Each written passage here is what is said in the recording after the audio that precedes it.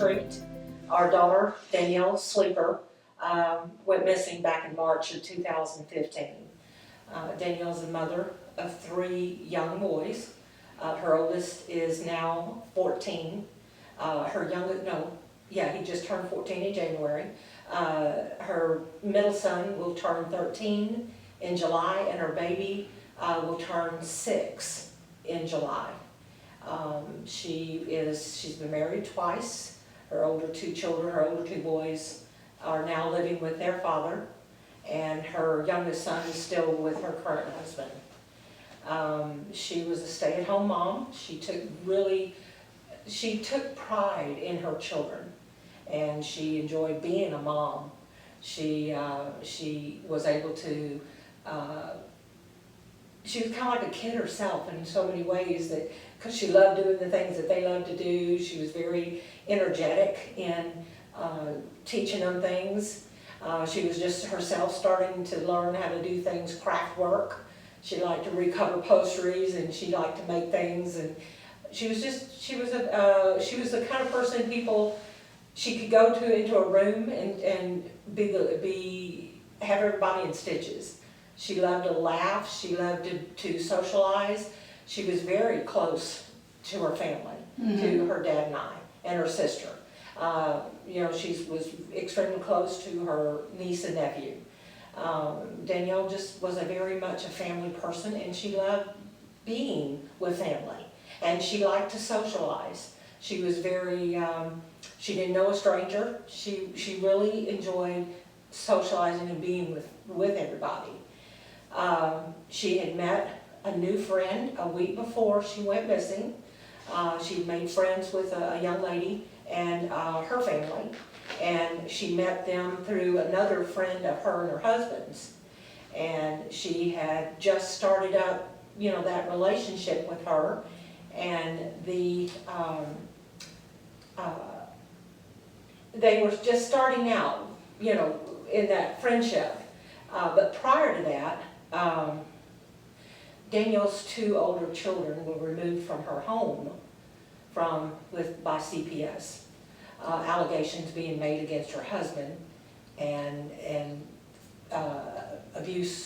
physical abuse to her older 2 boys, mental and physical, I would say. Anyway, they were going through years, and she had issues with her ex-husband and his power play to be with, for the children. But we found out later, that there was some truth to the abuse that the boys were going through, and that had been kept quiet. And so Danielle had been fighting for over a year with her attorney, and he had hired himself an attorney because he was being charged for child endangerment. And Danielle was very, in some ways, now that I look back on things and look back on their relationship, she was somewhat fearful. She would have anxieties going to the grocery store, just to go grocery store, because of how he acted when she got home and things that she would purchase. The boys were very quiet, very subdued when we were around them. So, you don't recognize these things, you don't pick up on these things until other issues happen. And Danielle was having to visit her children every 2 weeks at a facility just to have time with her 2 older boys. She basically was forbidden to have any communication with him, except through this meeting place with CPS, and she was not allowed to say certain things. She couldn't talk to them and just be a mother. And that she had gone out with her friends and had an evening with them and with her husband, and that week she had gone to their home and visited with them, and that Friday night before she went missing, she was going to come to my house and stay that Friday night, because the facility was within 20 minutes from my home. So I was going to watch her youngest son that evening, but it had been raining and everything, so she called and told me that she wasn't coming. They lived a good hour away from us, but she wasn't gonna be able to come, and that she was out shopping for the next day for things to do with them when they were there, when she got together with her older two sons. And she told me that she was gonna stay home and that she would just go from her house out to Conroe's where they met. And that was the last time I heard her voice. She had gotten up the next day and had, her and her husband were together in a married way.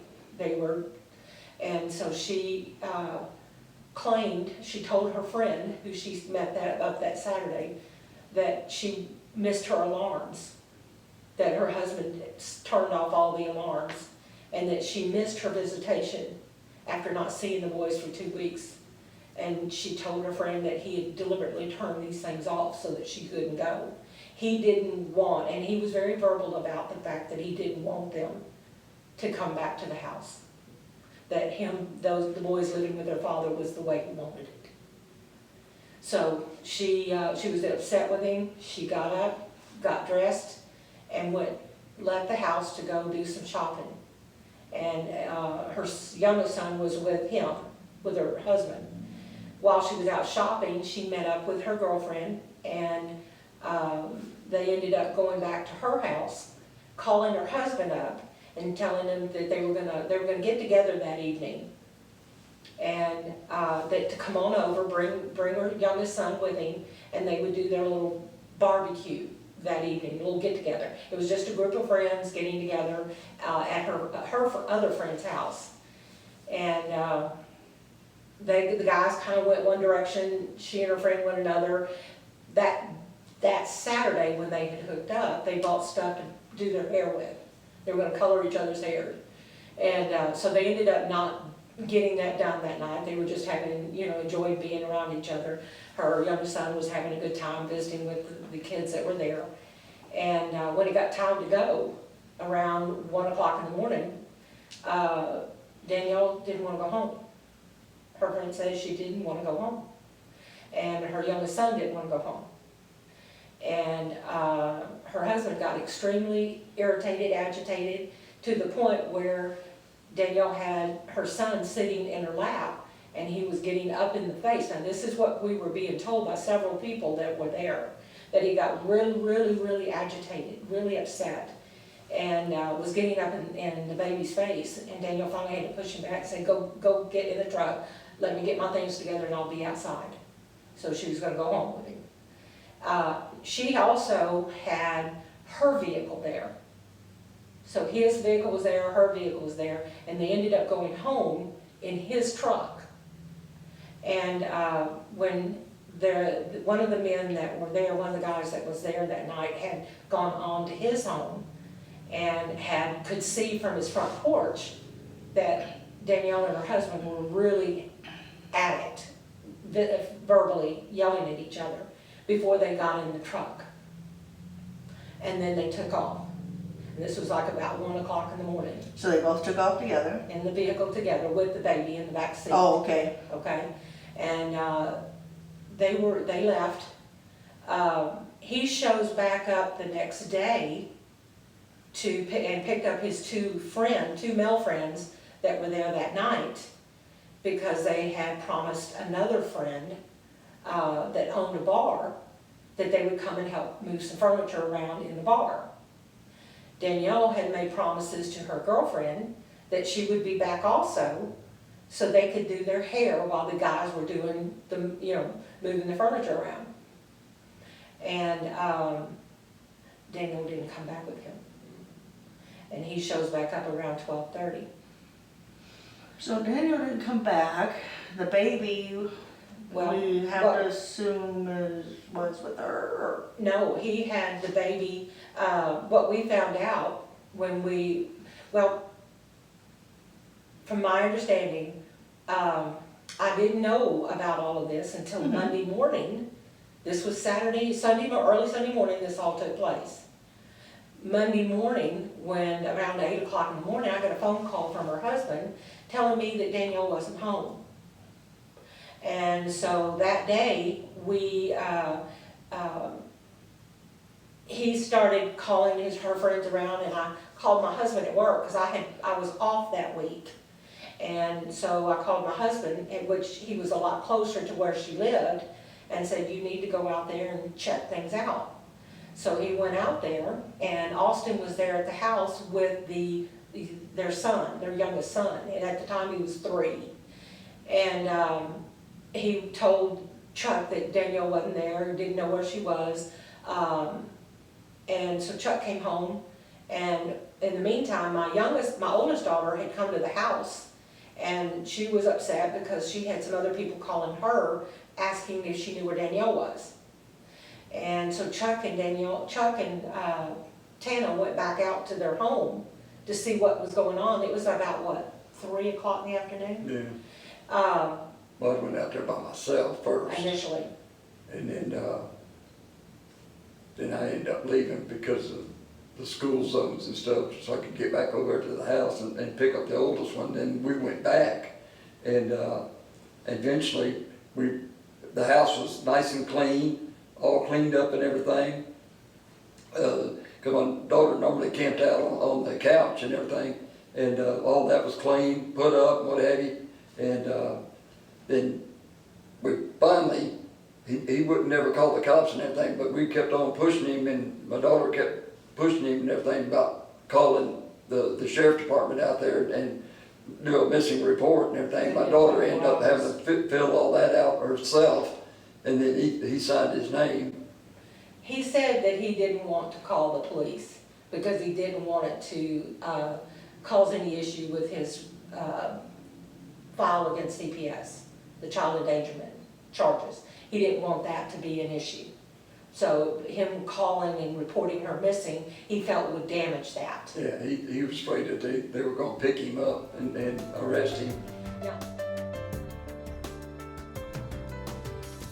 We went to all the post offices around the Magnolia, Wallace, Plantersville, Waller, Hempstead, all of that. We got all the zip codes for that area and the number of homes in that area. And we sat down with the help of our family and friends and stamped and sent out flyers, over 8,000 of them, through the post office to please search your properties, because in that area it's very wooded, very... Well, it's rural, and the gates are out by the road, but the house may sit, a quarter of a mile back into the property, and you can't never see nobody or get in touch with them. So we was trying to get it through the post office, but out of all those that we sent and everything, had none come back and never say anything.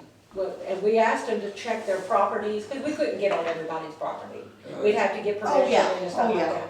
A lot of people out there gave us permission. Wonderful people gave us permission to get out on properties. But we sent out that. We got a tip that she was seen at a gas station not far from the Renaissance. And the owner was By herself? extremely, that she was seen going in, getting something to drink and coming back out after she went missing. The person said that they saw her.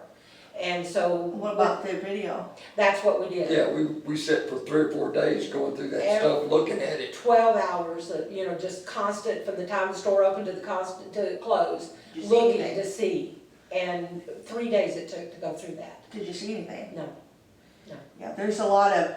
And this was good video. Very Oh, good. great. That's great. This store right here had People mean really well. good video. They really do. When they see something, they are positive they see something, Yeah. but most of the time it's a mistaken identity. Right, It's not accurate.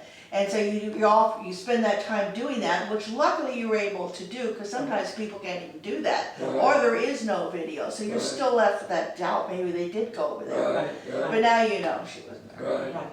And they moved her from the missing unit to major crimes.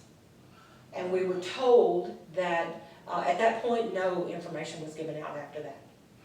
And anytime we call, all we get is, well, no one's, No new clues. nobody's come in and given them anything. Yeah. We've asked if they have gone looked at things again, reevaluated, looked at the videos from, had another person look at the video that was taken of Austin, of his testimony.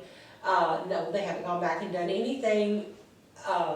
If they get some tip in, they'll check the tip out, but that's it. Yeah. They don't go out, they don't investigate, they don't keep, she's basically in a file, sitting on a shelf. Waiting. Yeah. Waiting for. And you hear people talk about family, they take a closer look at the family, because that's usually kind of where things they haven't done that for her. They haven't looked at the real source, and they haven't looked at all the facts of that weekend and that day and following. So all this research that you've gathered, is it all in your head, or have you written it all down? We have actually videoed people that were willing to give us a statement. My sister-in-law had bought a recorder and had recorded things of people so that we would capture and not have to go back and try to remember these things. Sure. This is branded in our brain. Okay. When, we know. Cheryl's got most of it wrote down. Yeah. All right, and that too. So have you taken all this stuff back over to the police to have them look at it? We have sat down numerous yeah. times with the police and discussed things with them. And they just nod their head and listen. Okay. That's all they're doing. So they haven't asked for any of your information or No. anything? They're just We primarily give going them what the they've whole done? timeline. Okay. After about a year and a half there, we'd sit down with the whole timeline and give them that whole thing. And All we're getting is the nod. yeah. So why do you think you're getting that, just the nod? Why aren't they taking it? Because they don't have anything tangible. Okay. They don't have something that they can put their hands on. And not only that, but some of the people that are out there in Magnolia, we feel like some of it's been, a whole bunch of it's been blocked because of certain people that her husband, Austin, is involved with.